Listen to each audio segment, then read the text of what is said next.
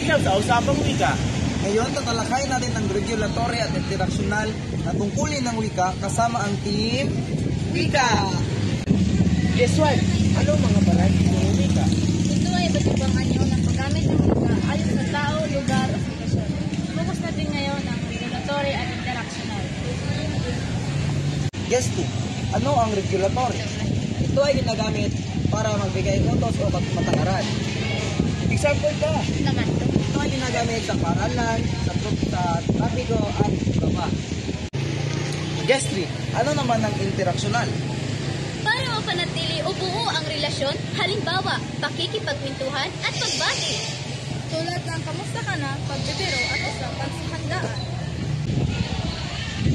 Guess 5. Pakilakaw. Regulatory, patakaran at control. Interactional, relasyon at pakikipag-unayan. At parehong mahalaga sa komunikasyon. At yan nagtatapos ang usapang wika. Hanggang sa muli, paalam! Bye-bye!